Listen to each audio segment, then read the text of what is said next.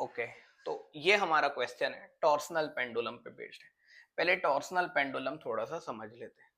इसमें क्या होता है, एक वायर होता है, कोई एक स्ट्रिंग होता है, उसके नीचे कोई ऑब्जेक्ट लटका देते हैं। ठीक है, जैसे ये वायर है और इसके नीचे ये ऑब्जेक्ट लटका हुआ है, ठीक है। और इसको हम लोग थोड़ा सा घुमाते हैं। तो इस ऑब्जेक्ट को मैं थोड़ा सा ऐसे एंगुलर डिस्प्लेसमेंट दे दिया, थोड़ा सा घुमा दिया।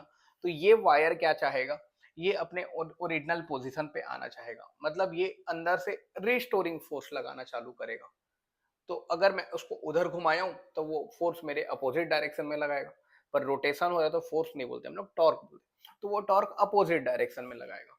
मैं जितना ज्यादा उसको एंगुलर डिस्प्लेसमेंट दूंगा, वो उतना ज्यादा रिस्टोरिंग टॉर्क लगाएगा। तो हम लोग सबसे पहले थोड़ा सा एंगुलर डिस्प्लेसमेंट देते हैं, जिससे वो अपने में टॉर्क क्रिएट करना स्टार्ट करता है। तो torque is directly proportional to theta आता है। प्रोपोर्शनल का साइन हटता है तो सी लगाते हैं, इसी सी को हम लोग टॉर्सनल कांस्टेंट बोलते हैं। अगर यूनिट देखा जाए तो सी को छुपा दूंगा मैं, तो ये न्यूटन मीटर और ये रेडियन, रेडियन नीचे चला गया, तो न्यूटन मीटर पर रेडियन, ठीक है, उसका यूनिट होता है। टॉर्क के बारे में हम लोग जानते हैं कि उसको आई अल्फा लिखते हैं। तो आई अल्फा बराबर सी थीटा, तो यहाँ से अल्फा आ गया सी बाई आई इंटू थीटा। और एंगुलर एसएचएम का कंडीशन तो हम लोग जानते हैं कि अल्फा बराबर ओमेगा स्क्वायर थीटा होता है। माइनस साइन अभी इग्नोर करके चल रहे हैं हम लोग, देखें कि अगर डिस्प्लेसमेंट उधर है तो टॉर्क इधर होगा। तो यहाँ से ओमेगा को कंपेयर किया हम लोग दोनों में, तो under root C by I आ गया। और अगर टाइम पीरियड निकालेंगे तो टू पाई बाई ओमेगा मतलब two pi under root I by C second आ जाएगा। ठीक है, तो यहाँ सबसे इंपॉर्टेंट होता है कि ये आई क्या है। ये टॉर्क क्रिएट क्यों कर रहा है, क्योंकि हम लोग उसको उधर घुमा रहे हैं, उधर घुमा रहे हैं। तो इस ऑब्जेक्ट के लिए इसका moment of inertia important term हो जाता है। तो ये टॉर्क के नाम से जो मोमेंट ऑफ इनर्शिया आया, ये बहुत इंपॉर्टेंट है। तो ये जो ऑब्जेक्ट यहाँ लटका रहता है, उसका हम लोग को मोमेंट ऑफ इनर्शिया कैलकुलेट करना पड़ता है।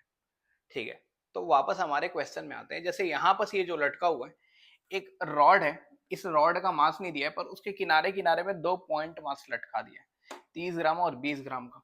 तो मेरे को अगर निकालना है कहीं ना कहीं, तो मेरे को इसका मोमेंट ऑफ इनर्शिया निकालना पड़ेगा। कभी हो सकता है यहाँ पर रिंग लगा देगा, इसमें रिंग लगा के घुमा देगा, तो मेरे को रिंग का मोमेंट ऑफ इनर्शिया पता होना चाहिए। कभी इसमें डिस्क लगा देगा, कोई स्क्वायर प्लेनर कुछ भी लगा देगा, तो उसका हम लोग को मोमेंट ऑफ इनर्शिया निकालने आना चाहिए। तो हमारे इस क्वेश्चन में एक रॉड है, इसका मास तो नहीं दिए, पर यहाँ किनारे में दो मास है। तो हम लोग को एंगुलर फ्रीक्वेंसी, मतलब यही वाला क्वेश्चन दिया हुआ है, एंगुलर फ्रीक्वेंसी की वैल्यू दी हुई है, और हम लोग को निकालना है, एंगुलर फ्रीक्वेंसी की वैल्यू दी हुई है n into ten to the power minus three, और n की वैल्यू निकालनी है। ठीक है, ये जो वायर अटैच किया गया है, वो ये दोनों मास के कॉम वाले पॉइंट पे, मतलब ये जो पॉइंट होगा वो सेंटर ऑफ मास वाला पॉइंट होगा, वहां पर अटैच किया गया है। तो हम लोग को पूरा कैलकुलेशन मोमेंट ऑफ इनर्शिया का है। चलो, तो अब हम लोग सॉल्व कर लेते हैं।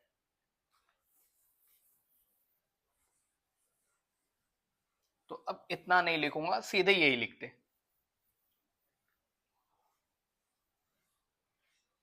तो मेरे को सीधे ओमेगा की वैल्यू पता है, under root C by I. हम लोग सीधे यही लिखते हैं। ओमेगा की वैल्यू मेरे को दी हुई है, सी टॉर्सनल कांस्टेंट हम लोग को दिया हुआ है, ये मेरे को पूरा का कैलकुलेशन करना है आई का, तो हम लोग वही निकालते हैं।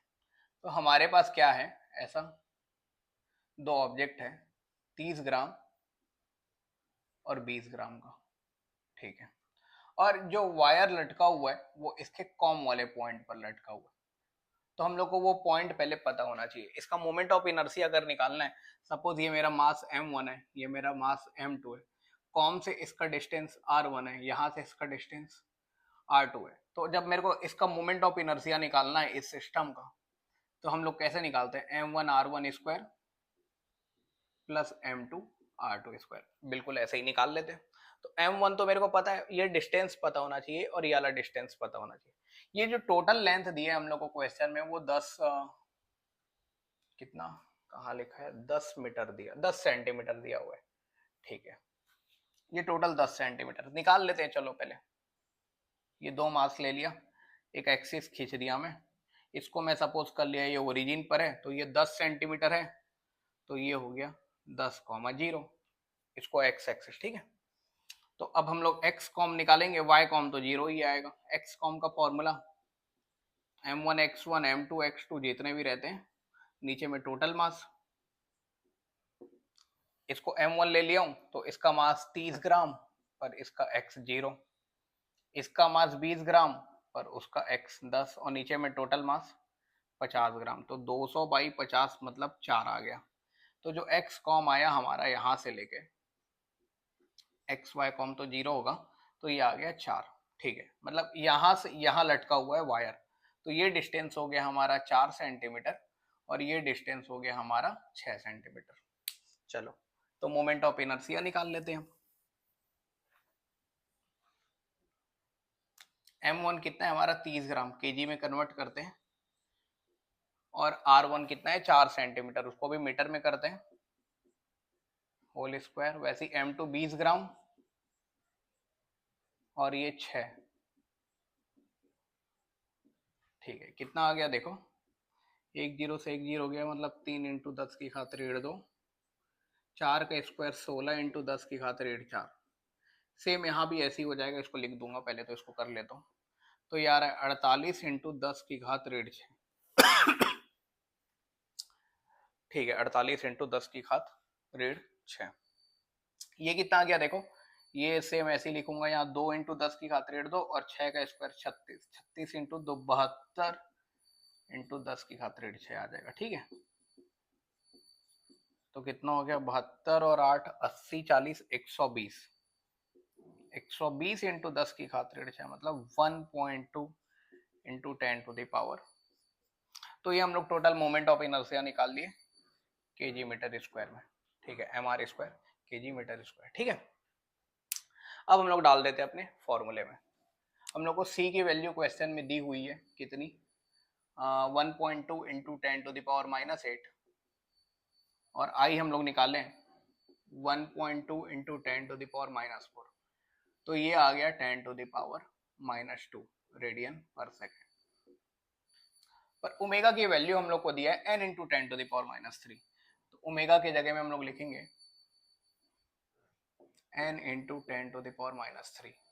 तो यहाँ से n की वैल्यू कितनी आ गई, जब इसको सॉल्व किया तो 10। ठीक है, तो इसमें n हमारा 10 था। चलो,